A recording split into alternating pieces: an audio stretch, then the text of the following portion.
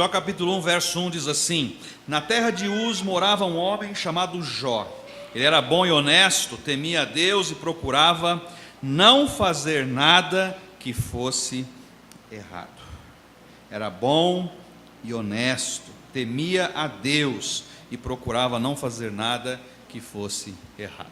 Está aí uma boa definição, né? Hoje muitas pessoas, quando elas vão se definir, elas falam: não, eu gosto de Deus, eu não roubo, eu não fumo, eu sou um bom pai, eu sou um bom marido. E a gente coloca características que seriam suficientes para que pudéssemos ser caracterizados como pessoas boas. Mas pessoas boas morrem. Uma das grandes perdas que eu tive no ministério foi um diácono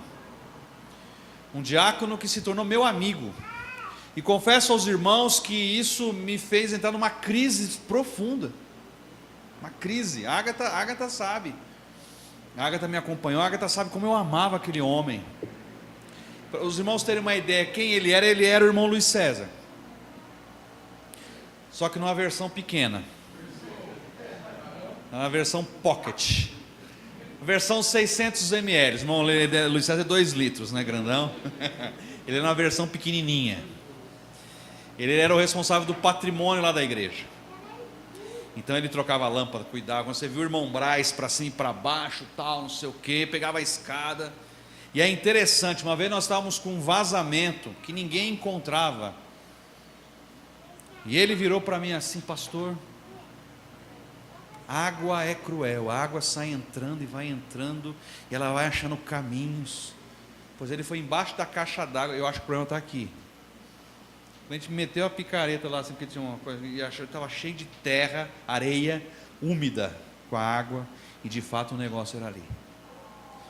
Quando ele chegava assim, ele fazia assim, ó, quando ele me via, chegava assim, eu já sabia, tinha uma piada nova para contar. Aí vinha para contar uma piada para mim. Era um homem que se tornou meu amigo. Eu dava expediente lá na igreja, a igreja tinha um gabinete, tudo. Então, toda semana, à tarde, eu estava dando um expediente na igreja. Então, toda hora ele estava lá comigo.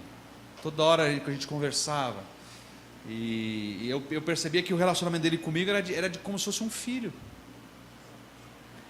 As irmãs lá da igreja falavam que eu era o filho delas, né? Mas várias mulheres. Mas ele foi o único homem que falou que era como se eu fosse um filho. E quando ele morreu, foi um negócio assim, eu não acreditei. Acho que foi o culto fúnebre mais difícil para eu ministrar. E eu confesso aos irmãos que eu perguntei para Deus: por que o Senhor levou ele? Por que o Senhor levou ele? Tanta gente ruim para o Senhor levar.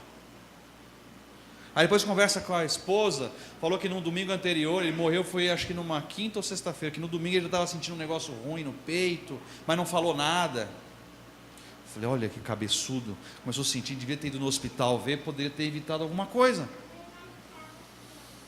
Só sei que despedir do irmão Braz não foi algo fácil. Aí você fica perguntando: por que Deus não deu um alerta? Por que Deus não mandou um anjo? Por que Deus não fez ele desmaiar, foi parar no quarto e lá descobrir isso? Por que Deus... Aí você começa: por quê? Por quê? Por quê? Por quê? Eu até confesso, né? Por que não pegou uns crente tranqueiro aí e levou no lugar dele? Peguei a listinha lá dos não dizimistas. Por que não levou um não dizimista? Já não está contribuindo mesmo, né? Por que não levou um sem compromisso? Quando você perde alguém que você ama, você quer questionar a Deus. Quando você passa por uma situação de perda, você quer questionar a Deus. Quando a pessoa é boa demais, você quer questionar a Deus. Jó passou uma situação assim. Se você for acompanhar do capítulo 1, verso 6, até o capítulo 2, verso 10, você vai ver o que Jó perdeu. Jó perdeu família, perdeu riqueza, perdeu saúde. Interessante que alguns críticos e algumas pessoas anticristãs usam o livro de Jó para condenar a Deus, para dizer que Deus é um Deus cruel, que brinca com as pessoas, que manipula as pessoas. Nós somos como marionetes na mão de Deus. Será que realmente Deus brinca com a gente, irmãos? Será que Deus realmente permite o sofrimento em algumas circunstâncias em nossas vidas, porque Ele tem o prazer de sentar lá e dar risadas sarcásticas diante do nosso sofrimento?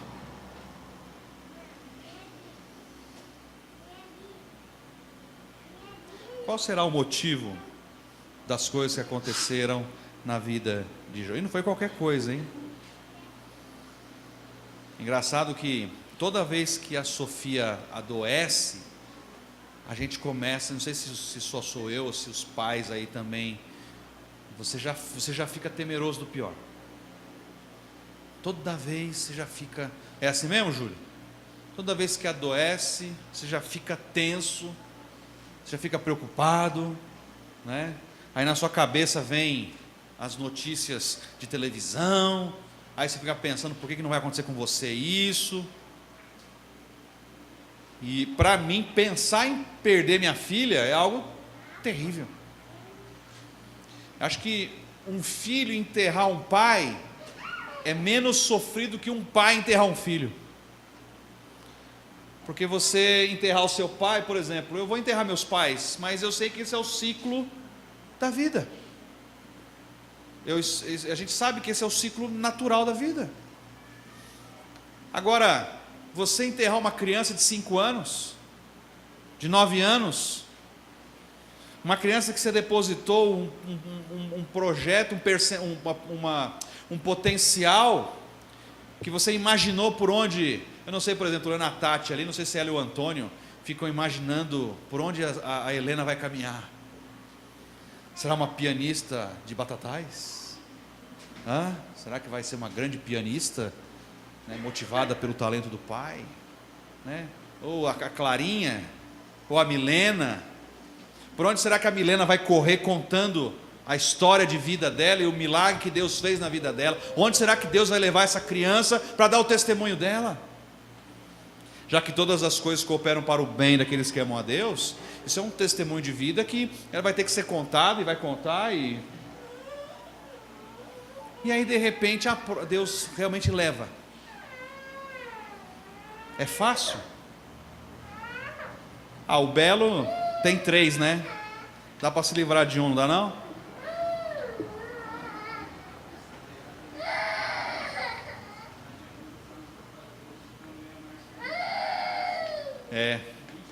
Com 23 anos. Pensa, mas no seu caso você tem 3, dá para abrir mão de um, dá não?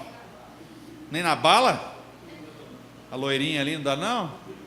O Will já vai, não, aqui não. Pensa que Jó, eu não lembro se foram 8 ou 9 filhos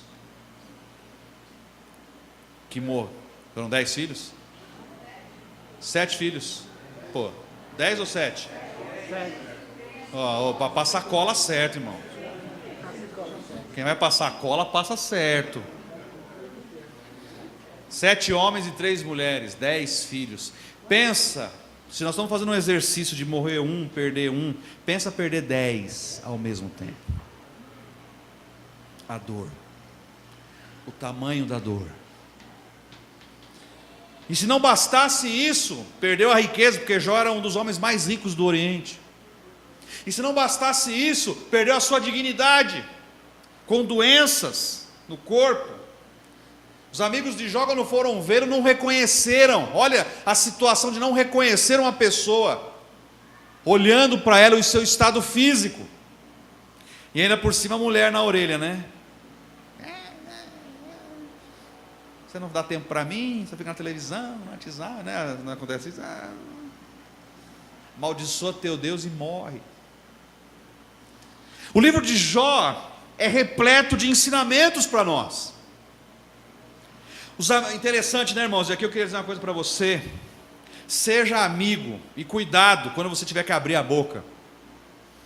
A palavra de Deus diz que os amigos de Jó foram para chorar com ele.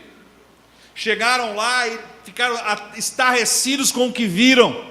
Ficaram tão atônitos que não conseguiram falar. Ficaram 1 semana com Jó ali sem falar nada. Tamanha a dor de Jó, tamanho que eles não estavam acreditando no que eles estavam enxergando. Mas aí eles abriram a boca, e quando abriram a boca, foi só problema. Porque para os amigos de Jó, o problema que estava acontecendo com Jó, ele está sendo castigado por Deus, por causa dos pecados dos seus filhos. Capítulo 8, verso 4, eles falam assim: de certo, os seus filhos pecaram contra Deus, e ele os castigou como merecia. No capítulo 11, verso 13 e 14, diz assim: Jó, vire o coração para Deus, e ore com as mãos estendidas para Ele. Abandone o pecado que mancha suas mãos, e não deixe que a maldade more na sua casa. Então você andará de cabeça erguida, puro, firme e sem medo. Ah, irmãos, quantas vezes padecemos algum tipo de sofrimento e já achamos que estamos sendo castigados? É a mão de Deus. Quantas vezes eu mesmo cansei na igreja batista, correndo pelos corredores da igreja batista, ouvi pregação de pastor, cuidar com a mão de Deus. Já ouviu isso? A mão de Deus. Ou então já ouvi até irmão orando: Senhor, põe a tua mão na vida de fulano. Você nunca ouviu uma oraçãozinha assim, não? Põe a tua mão. Irmãos, quem sou eu para pedir para Deus pôr a mão? Eu acho que eu tenho que estar muito limpo e muito santo para pedir para Deus pôr a mão em alguém, a ponto de por que Deus colocaria a mão no Alex e não colocaria a mão em mim? Eu estou tão santo diante de Deus que a mão de Deus não vai me alcançar, vai alcançar só o Alex? Que na minha avaliação está precisando, mas eu não?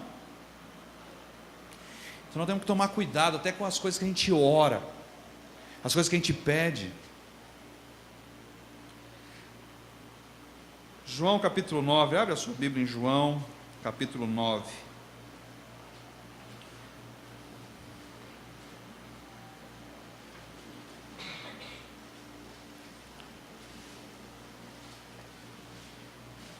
Não.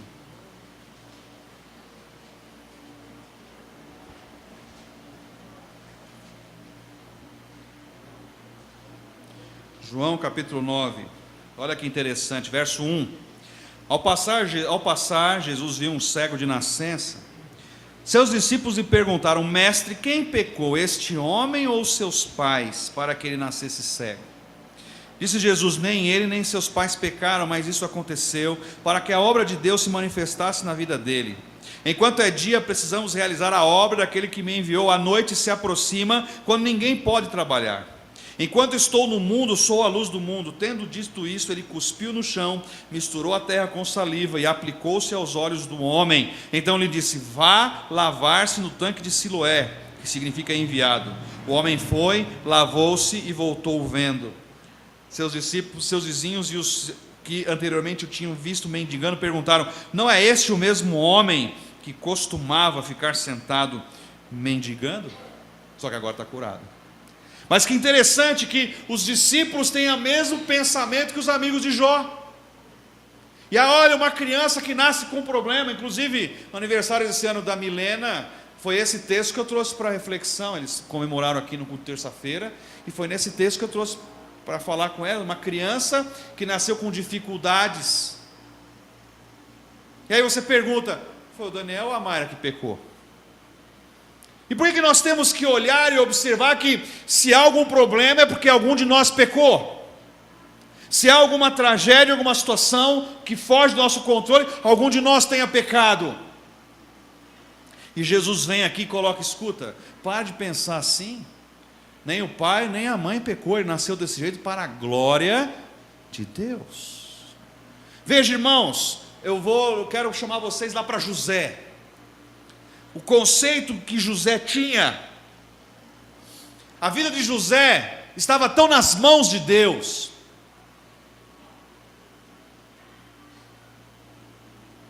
Ele amava tanto o Senhor,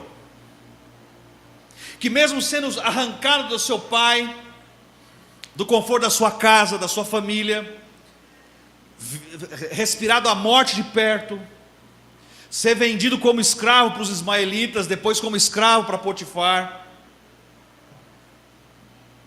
ser injustamente acusado pela mulher de Potifar,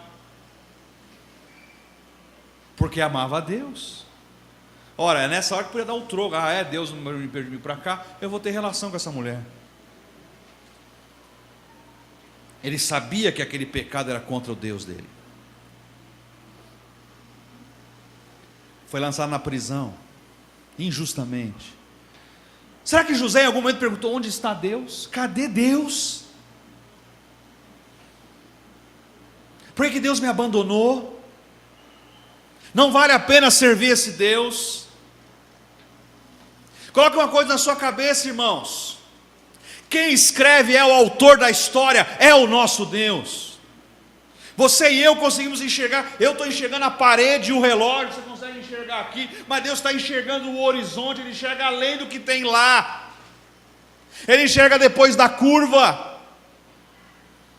Ele consegue compreender e saber, pela sua presciência e seu poder, o que vai acontecer na sua vida daqui 5 anos, 10, 15, 50 anos.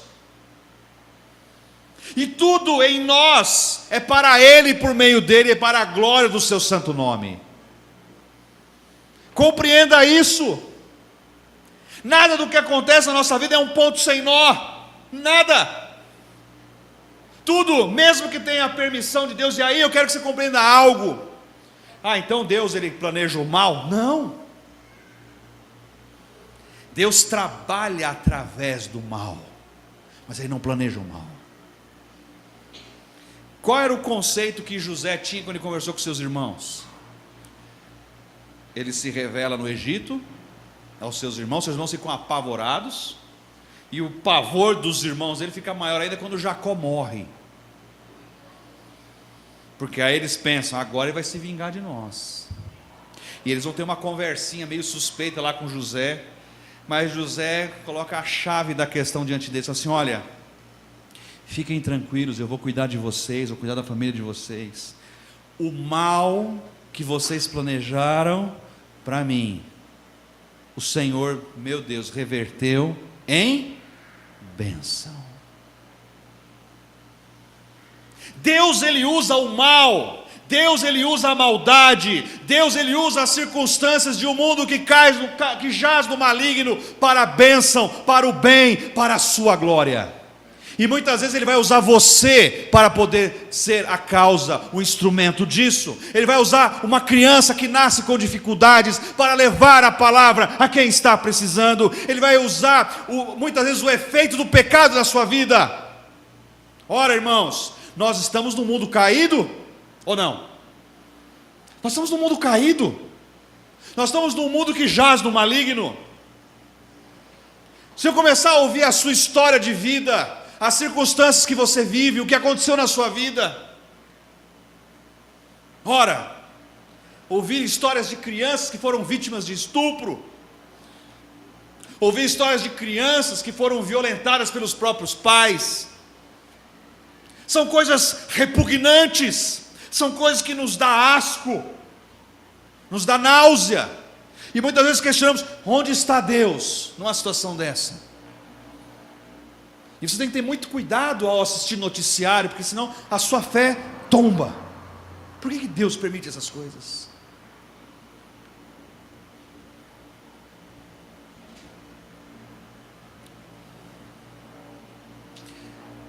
Será que Deus permite, ou essas coisas acontecem porque o homem se distancia a cada dia de Deus? Procure depois na internet um sermão da filha de Billy Graham, Onde estava Deus no 11 de setembro? Onde estava Deus no 11 de setembro? Os Estados Unidos é uma nação, diferente do Brasil, que uma nação foi constituída no catolicismo. Os Estados Unidos foi constituído no protestantismo, na fé cristã. E os Estados Unidos foram abrindo mão nos últimos anos. Antigamente toda a escola americana se lia a palavra de Deus, e por causa de um suposto estado laico, arrancou-se a Bíblia das escolas. Coincidentemente ou não, o índice de doidos que entram atirando e matando lá começou a aumentar nas escolas. Por que as escolas? Eu nunca parou para pensar nisso. Por que nas escolas?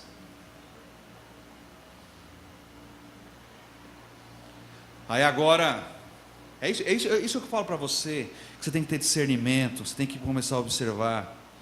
Você só vê a mídia criticando Donald Trump, que o cara é doido, o cara é isso, o cara é aquilo outro, o cara é maluco, você só ouve isso da mídia. E aí eu quero perguntar, você crê que a mídia ela é isenta? Você crê que a mídia ela transmite realmente o que tem que ser transmitido? Começa a pesquisar na internet sobre o crescimento dos Estados Unidos desde que Donald Trump foi eleito, o crescimento econômico. Eu não vou entrar aqui em questões polêmicas do muro que ele quer construir lá no México, sobre a questão de imigração, eu não vou entrar nisso. Uma coisa que eu aprendi como pastor, você quer ser líder, você não vai conseguir agradar todo mundo. E se você governa para agradar todo mundo, você não vai governar ninguém. É assim que funciona. Você tem que seguir aquilo que você acredita. Eu já compartilhei vídeos no YouTube em reuniões do Congresso americano, de líderes, eles fazendo oração. Oração. Fazendo oração. Quanto mais uma nação se afasta de Deus, dos princípios de Deus, mais ela está ao caos. Ou você acha que esse monte de furacão é coisa do acaso? Aí você acha que a humanidade de uma forma geral merece o favor de Deus? Nós somos ruins, nós somos pecadores, nós estamos separados, e cada dia que passa você vê as pessoas menos querendo Deus. Então o que anda e o que tem acontecido é fruto tão somente do nosso pecado, o pecado original. Não é da omissão de Deus, não é porque Deus não tem nada mais importante do que fazer. É por causa do nosso pecado, do pecado que invade as ruas, as casas, das pessoas que querem ser senhores das suas vidas e não querem permitir que Deus as governe. Mas ainda assim, nós servimos a um Deus que tem poder para fazer uma criança que foi violentada perdoar, ser restaurada e compartilhar um dos maiores testemunhos da sua vida. Um testemunho de um Deus que ama, um Deus que não rejeita, um Deus que cura e um Deus que restaura. Isso é o poder da cruz. Esse é o poder que restaura. Ver histórias de grandes homens, saber que esses homens, as suas mães escolheram não abortá-los. Um deles que eu li aqui é o pastor Luiz Saião. Conhece o Luiz Saião? Já leu coisa do Luiz Saião? Luiz Saião é fruto de um estupro. A mãe dele escolheu não abortar ele. E esse Luiz Saião foi um dos pastores batistas, eu tive aula com ele no seminário, que traduziu a Bíblia para a NVI. É um linguista fenomenal, um cara inteligentíssimo. E está aí. Precisa de mais para contar a história dele, e você vê o poder dele. Aí você pergunta, onde estava Deus quando a mãe dele foi estuprada? No mesmo lugar de sempre. Mas esse mal Deus transformou para a bênção. Ele reverteu.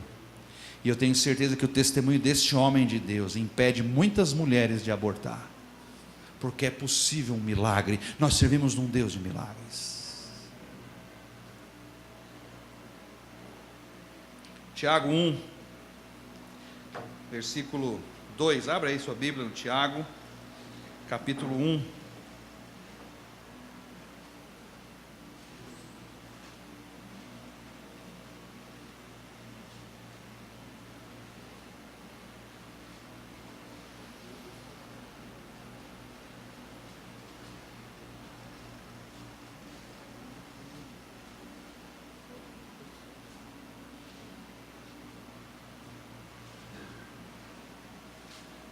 Veja o verso 2: Meus irmãos, considerem motivo de grande alegria o fato de passarem por diversas provações, pois vocês sabem que a prova da sua fé produz perseverança, e a perseverança deve ter ação completa, a fim de que vocês sejam maduros e íntegros, sem lhe faltar coisa alguma. Se algum de vocês tem falta de sabedoria, peça a Deus, que a todos dá livremente e de boa vontade, e lhe será concedida. Peça, porém, com fé, sem duvidar, pois aquele que duvida é semelhante à onda do mar, levada e agitada pelo vento. Não pense tal homem que receberá coisa alguma do Senhor. É alguém que tem mente dividida e é instável em tudo o que faz. Verso 12. Feliz é o homem que persevera na provação, porque depois de aprovado receberá a coroa da vida que Deus prometeu aos que o amam. Quando alguém for tentado, jamais deverá dizer: estou sendo tentado por Deus, pois Deus não pode ser tentado pelo mal e a ninguém tenta. Cada um, porém, é tentado pela sua própria cobiça, sendo por esta arrastado e seduzido. Então, a cobiça, tendo engravidado, dá à luz o pecado, e o pecado, após ter se consumado, gera a morte. Irmãos, meus amados irmãos, não se deixem enganar. Toda boa dádiva e todo dom perfeito vem do alto, descendo do Pai das luzes, que não muda como sombra inconstantes. Por sua decisão ele nos gerou pela palavra da verdade, para que sejamos como os primeiros frutos de que ele criou. Nós ficamos mais sensíveis quando passamos por lutas, ficamos mais desarmados. Quando vamos ao deserto, interessante que o que mais tem hoje, nos dias de hoje, são distrações. Distrações. Se você for observar o índice de acidente no trânsito, uma das grandes e maiores causas é distração no celular. E a pessoa agora, para piorar, para responder o WhatsApp dirigindo. E esses dias eu estou ali indo para casa e eu vi um abençoado de um motoqueiro fazendo isso. Aí eu fiquei muito bravo. Uma mão e a outra. Ele não põe só em risco a vida dele, ele põe em risco a minha vida. Distrações. Com quem você anda se distraindo, que não permite ouvir o que Deus tem a dizer a você? Às vezes chega um momento que ele fala assim: Gabriel, é o seguinte, estou tentando falar um tempo com você sobre um assunto, mas você está muito distraído, eu vou levar você para um deserto. No deserto não tem distração, irmãos. O que você pode se distrair no deserto? Né? Fazer castelinho de areia? Se o sol deixar, né, na cacunda ali. Areia no olho. No deserto não há barulho. No deserto não há distração. É no deserto que Deus trata com a gente. É no deserto que você conhece que Ele é Deus. Nós ouvimos um testemunho maravilhoso de manhã pela irmã Elaine. Passou uma provação difícil com a sua família, questão de trabalho, de emprego. E muito interessante ouvir o testemunho dela, é que o fato não estava somente, porque aí você pensa o seguinte, né? Quando você está com privação, a questão é essa: você está sendo privado. Então, está sem emprego, está sem recurso, está sem dinheiro, está sendo privado. Então você começa, você acha que Deus está querendo trabalhar com você a fé. Eu preciso crer, eu tenho que ter fé, eu tenho que ter isso, e Deus vai abrir uma porta, e vai vir uma oportunidade. Automaticamente a gente pensa que é isso que Deus quer trabalhar. E pode ser que seja. Pode ser que seja. E ela pôde compartilhar com a gente que nesse tempo em que ela viveu isso, compartilhou e orou aqui com a gente, que de fato eles tiveram uma experiência com o Jeová Jireh, o Deus que provê, o Deus que supre, mas que a principal experiência desse momento foi Deus tratando diretamente com a vida dela, resolvendo problemas da vida e da alma e do coração dela, problemas de caráter, problemas de gênio, problemas de jeito, de forma de pensar dela. Momentos de solidão na sala de casa, eu estou reproduzindo o que ela falou de manhã. Momentos de solidão na sala de casa, orando e chorando: Senhor, o que vai ser hoje? Como é que vai ser hoje? Como é que eu vou pagar essa conta hoje? E Deus ali meio que amassando e macetando e ministrando e falando com ela, sem distração, sem nada, Deus e ela. Sabe onde você às vezes vai conseguir ouvir Deus? É no corredor de hospital, irmãos. É num corredor de hospital. É sentado no pé da cama do seu filho, da sua esposa ou do seu marido. É ali talvez que você possa ouvir Deus falar com você. Porque fora dali talvez você não tenha dado espaço para Deus falar com você. Você não está muito que se importando com Deus. Você não está mudando a sua vida como de fato tem que ser mudada. E às vezes Deus tem que te chamar a atenção, Deus tem que puxar o freio, Deus tem que te direcionar, Deus tem que fazer você talvez acertar um poste, acertar uma árvore, você parar, olhar e tentar ver a mão de Deus na sua vida.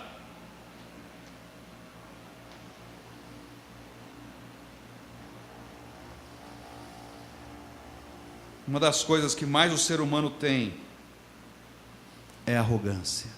Como somos arrogantes. Como achamos. Nós estávamos comentando de manhã na aula da EBD. Um dos nomes de Jesus, qual que é? Que nós falamos na EBD.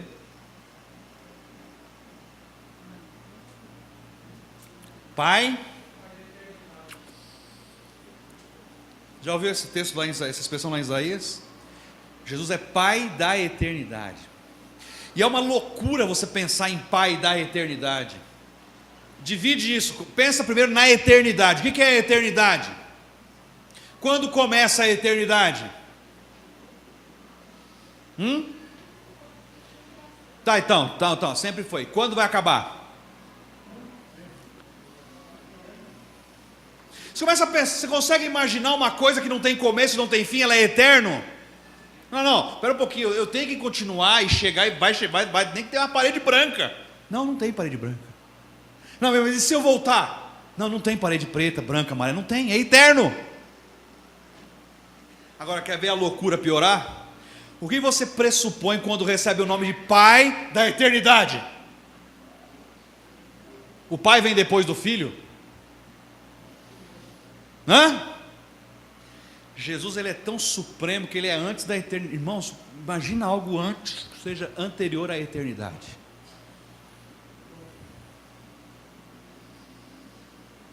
Não tem sentido. Não dá para mensurar. E aí esse mesmo Jesus, esse mesmo Deus, nós queremos argumentar. Nós queremos questionar. Por que o senhor fez isso? Por que eu fui mandado embora? Por que eu sofri esse acidente? Por que aconteceu isso? Por que eu perdi meu bebê? Por que não sei o quê? Por que nasceu assim?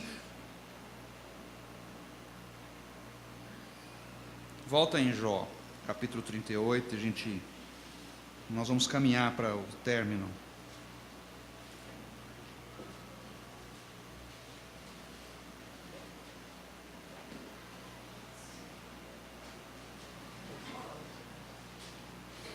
Jó 38, eu não vou ler ele inteiro. Oh Deus, peraí.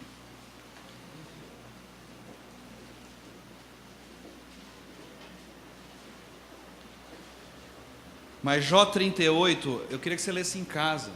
É o momento em que Deus começa a falar. E aí, irmãos, é tremendo.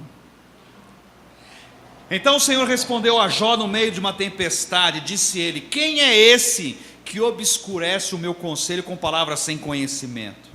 Prepare-se como simples homem, vou fazer-lhe perguntas e você me responderá. Onde você estava quando lancei os alicerces da terra? Responda-me, se é que você sabe tanto. Quem marcou os limites das suas dimensões? Vai ver você vai ver que você que sabe. E quem estendeu sobre ela a linha de medir? E as suas bases, Deus falando da criação do mundo, no momento que Ele cria o mundo. E as suas bases, sabe onde foram postas? E quem colocou sua pedra de esquina, enquanto as estrelas matutinas juntas cantavam, e todos os anjos se regozijavam? Quem represou o mar, pondo-lhe portas, quando ele irrompeu do ventre materno, quando o vesti de nuvens em densas trevas o envolvi, quando fixei os seus limites e lhe coloquei portas e barreiras, quando eu lhe disse: até aqui você pode vir, além deste ponto não, aqui faço parar suas ondas orgulhosas. E eu não vou continuar, eu quero que você leia depois em casa. Já parou para reparar nisso? Que o mar vem, vai, foi Deus que deu a ordem, daqui você não passa, e o mar não passa. É maravilhoso. E Jó querendo se justificar diante de Deus, e os amigos de Jó querendo se justificar diante de Deus. Eu tenho aprendido a olhar as minhas provações e as minhas lutas e falar assim: Senhor, eu não vou murmurar e não vou questionar, eu só te peço uma coisa: dá-me força para continuar a caminhada.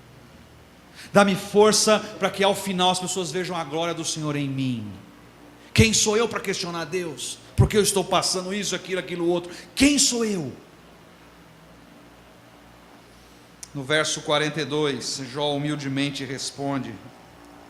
Capítulo 42.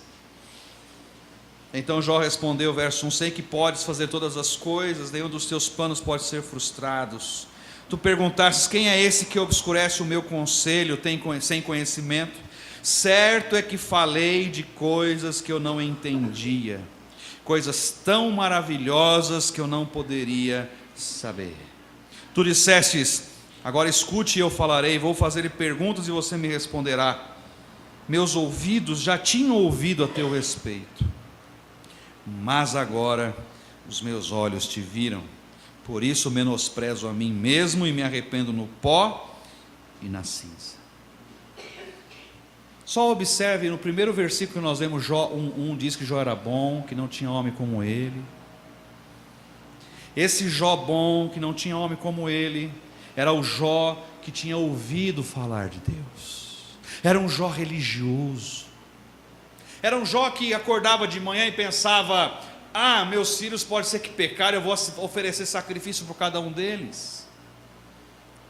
Talvez era um Jó que acendesse vela, era um Jó que fazia a reza das 6, das 9, das 3.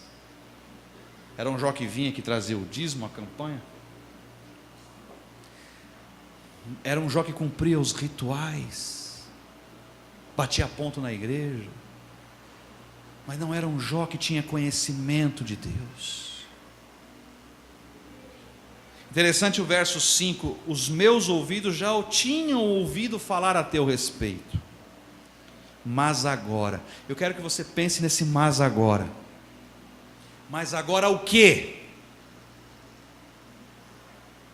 Mas agora o quê? Há um parêntese, há um hiato aí, invisível, que você não consegue ver. Mas agora, vírgula, 3 pontinhos antes de continuar o versículo. Mas agora o quê? Mas agora, depois da provação que eu passei, mas agora, depois de ter perdido meus filhos, mas agora, depois de ter perdido a minha família, depois de ter perdido a minha riqueza, mas agora, depois de ter perdido a minha dignidade, mas agora, depois de ter me humilhado, mas agora, de poder compreender de fato quem é o Senhor, mas agora, depois do fogo e do deserto, eu posso ver o Senhor. Não é só de ouvir, eu estou enxergando, eu tenho um relacionamento, eu sei quem o Senhor é. Os meus olhos te viram. O mal que vocês planejaram, Deus transformou em bênção. Muitas vezes a luta que você está passando, o que você passou na sua vida, na sua história, talvez você está vivendo, ou que você venha a viver, o diabo vai trazer questionamentos, talvez nem propriamente o diabo, a sua mente mesmo vai trazer questionamentos. Só digo uma coisa: eu sou servo do Deus vivo, e que isso possa me aproximar mais de Deus e não me afastar dele. Que isso sirva para a sua honra e para a sua glória. Que você tenha essa consciência, que você tenha essa preocupação. Irmãos, como eu tenho visto crentes saindo da igreja, abandonando o caminho, quando a provação começa, abandona Jesus. Abandona Jesus. Não aguenta. Abandona Jesus. E às vezes nós questionamos demais. Tem coisas que nós temos que parar de questionar. Nossa mente não é preparada para entender os desígnios de Deus. Isaías 55, 8 e 9 diz assim: o Senhor meu Deus diz: os meus pensamentos não são os seus pensamentos, e eu não ajo como vocês. Assim como o céu está muito acima da terra, assim os meus pensamentos e as minhas ações estão muito acima dos seus. Parei de questionar por que Deus tinha que levar meu amigo. E demorei, mas eu parei. Virei para Deus e falei assim: o Senhor é bem espertinho, quis pegar o melhor, né? Deixou os tranqueiros aqui embaixo, levou o melhor para o céu.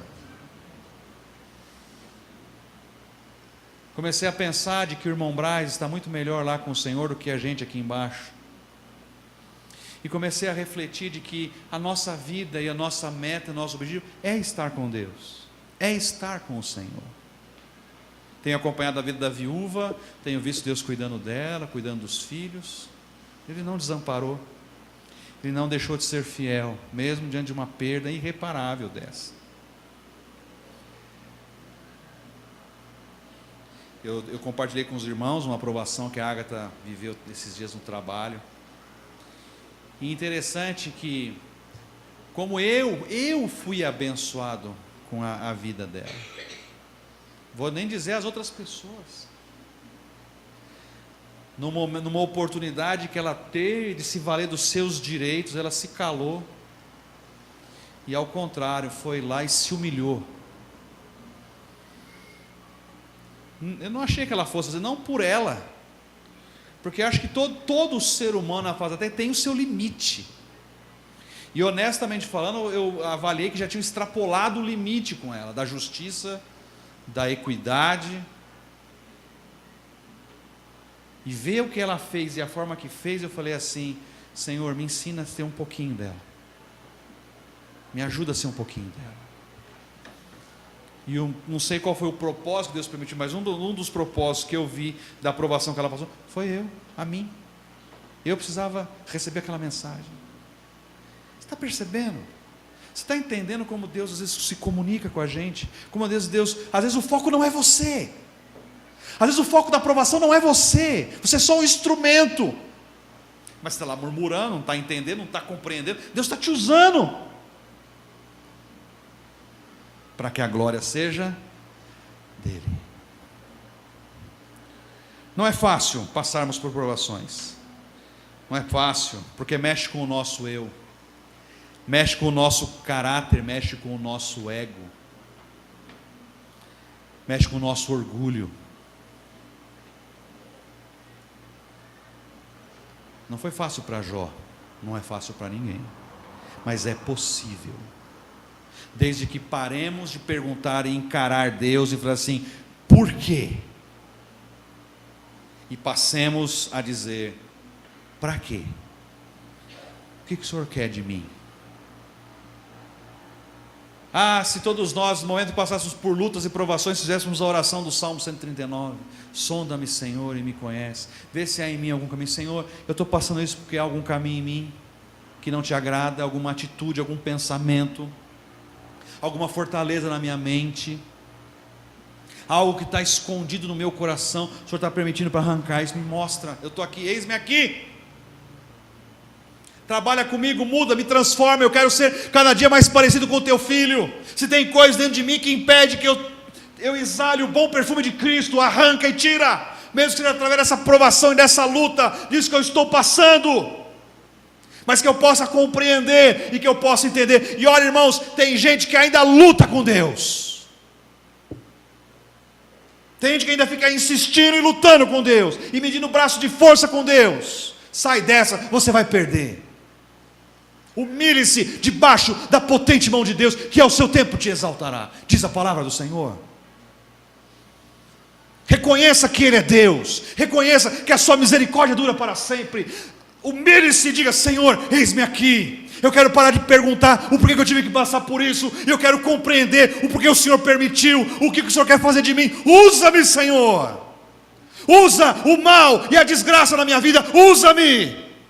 Eu quero alcançar pessoas. Eu quero alcançar pessoas sem vida e sem esperança. Usa-me. Usa-me. Jó tinha autoridade para falar sobre perdas com alguém, irmãos? Tinha. Porque ele perdeu, mas conheceu a Deus. Deus, Ele usa as coisas loucas deste mundo para confundir as sábias. Só que às vezes a gente quer dizer para Deus que está certo, está errado. O Senhor errou aqui, o Senhor fez mais ou menos aqui. Se eu fosse no seu lugar, tinha feito outra coisa, Senhor. Quando Isaías diz que os pensamentos de Deus são insondáveis. Feche seus olhos, abaixe sua cabeça. Se você está vivendo alguma luta na sua vida, já viveu, Se toda vez que você vai dormir e fechar os olhos, algumas imagens não te abandonam. Elas sempre estão presentes.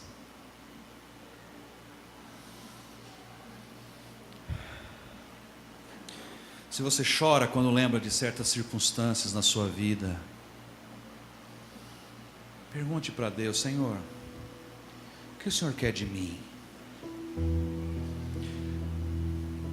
Eu quero ser instrumento das tuas mãos. E mesmo diante dessa provação, dessa luta que eu não compreendo, porque eu não queria estar passando por isso, mas usa-me para a tua glória, para a tua honra, para que vidas possam se achegar até a ti. Usa-me. Eu não quero ser como um burro selvagem, indomável. Eu quero ser amansado pelo teu Espírito. Usa-me. Me faz compreender. E também, se não tiver que compreender, me faça aceitar.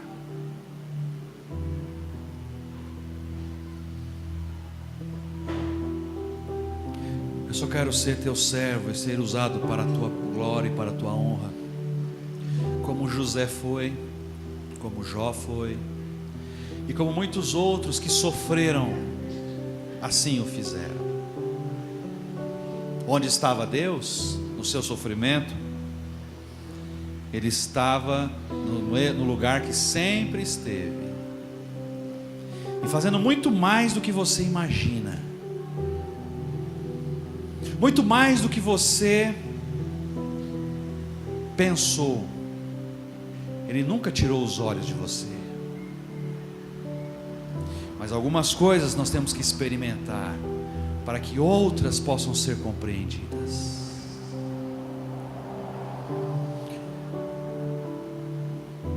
Uma criança só vai conseguir ter plena firmeza ao guiar uma bicicleta depois de alguns tombos que ela tomar, e ela vê que ela vai sobreviver, e que não vai cair uma perna nem a cabeça, e que ela pode ir, porque o prazer de andar de bicicleta é maior do que o tombo que ela vai levar. Só então ela vai ter mais firmeza, vai ter mais segurança, e aí vai criando até mais ousadia. Mas o tombo teve que fazer parte. E não há uma criança que não tenha tomado um tombo de bicicleta. Uma. Todas tombaram, todas se ralaram, todas quebraram um braço e continuam andando de bicicleta, mais precavidas, mais espertinhas, porque o tombo, a dor, o ralado e um osso quebrado trouxeram alguns ensinamentos, como sempre o traz. Obrigado, Senhor, porque o Senhor nos ama. O Senhor não tem prazer no nosso sofrimento e nossa dor. Muitas vezes nós mesmos escolhemos esse caminho. Na verdade, desde lá do Gênesis, escolhemos andar sem o Senhor, afastados de Ti. Então muitas vezes nós colhemos apenas aquilo que plantamos, Pai. Às vezes o Senhor não tem nada a ver com o nosso sofrimento, com a nossa dor. Nós somos os responsáveis disso. Mas o Teu amor nos alcança, o Teu amor nos persegue. O Senhor está sempre dando uma chance. Usa-nos como instrumentos para abençoar e alcançar outras vidas, meu Pai. Que a nossa dor produza um fruto saudável, algo positivo em nós. Que possamos trocar o porquê pelo para quê passamos o que estamos passando. Ajude a mim e a meus irmãos a ter essa compreensão, para que a nossa jornada aqui nessa vida seja uma jornada frutífera, apesar de sofrimentos, de dor, de injustiça, de traições, daquilo que nós teremos que passar, mas que ao final a honra, a glória e o louvor sejam dados ao Senhor. Obrigado por este culto, receba o nosso louvor, em nome de Jesus, amém.